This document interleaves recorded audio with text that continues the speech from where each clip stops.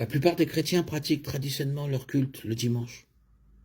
Le culte du dimanche est en partie attribué au sabbatarisme, l'idée selon laquelle un jour de la semaine doit être réservé à l'observation et au culte religieux, comme l'exigent les lois de l'Ancien Testament concernant le sabbat. Exode 28, 31, 12, 18. Selon cette conception, l'homme doit s'abstenir de tout travail, sauf celui qui est nécessaire au bien-être de la famille et de la société. Cette interprétation de la loi soutient que ce n'est que le jour du sabbat, littéral, le 7e jour de la semaine, le samedi, que les exigences de la loi peuvent être respectées.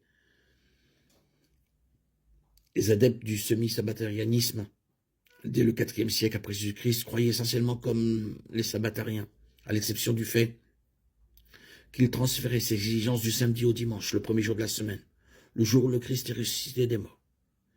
Les théologiens de cette période, en particulier dans l'Église orientale, enseignaient l'identité pratique du sabbat juif le samedi et du dimanche chrétien. Il est intéressant de noter qu'une légende racontée dans Apocalypse de Pierre, qui remonte au IIe siècle après Jésus-Christ et qui est généralement acceptée comme un faux écrit, transfère au dimanche toute l'exigence du culte du sabbat.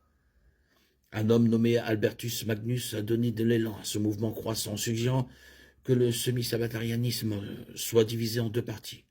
Le commandement moral d'observer un jour de repos après avoir travaillé les 6 jours précédents, et le symbole cérémoniel qui ne s'appliquait qu'aux Juifs au sens littéral. Thomas d'Aquin a élevé cette proposition au rang de la doctrine officielle de l'Église catholique romaine, qui a également gagné la faveur de nombreux théologiens réformés. Les Écritures ne mentionnent jamais de rassemblement de croyants le jour du sabbat, le samedi, pour la communion ou le culte.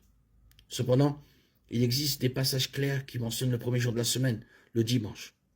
Par exemple, Acte 27 déclare que le premier jour de la semaine, nous nous sommes réunis pour rompre le pain. Paul exhorte également les croyants de Corinthe que chacun de vous mette à part le premier jour de la semaine une somme d'argent en rapport avec ses revenus. 1 Corinthiens 16, 2. Puisque Paul qualifie cette offrande de service dans 2 Corinthiens 9, 12, cette collecte a peut-être été liée au service du culte du dimanche de l'Assemblée chrétienne historiquement. C'est le dimanche et non le samedi qui était le jour normal de réunion des chrétiens dans l'Église. Et cette pratique remonte au 1er siècle. Les chrétiens adorent le dimanche pour célébrer la résurrection de Jésus-Christ. Il est très important de se rappeler cependant que le culte du dimanche n'est pas ordonné dans la Bible et que le dimanche n'a pas remplacé le samedi pour devenir le sabbat chrétien.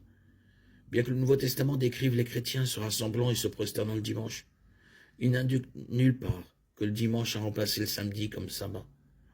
Le point essentiel de tout cela est que nous ne devons pas limiter notre culte à un jour particulier de la semaine. Nous devons nous reposer dans le Seigneur chaque jour. Nous devons adorer le Seigneur chaque jour.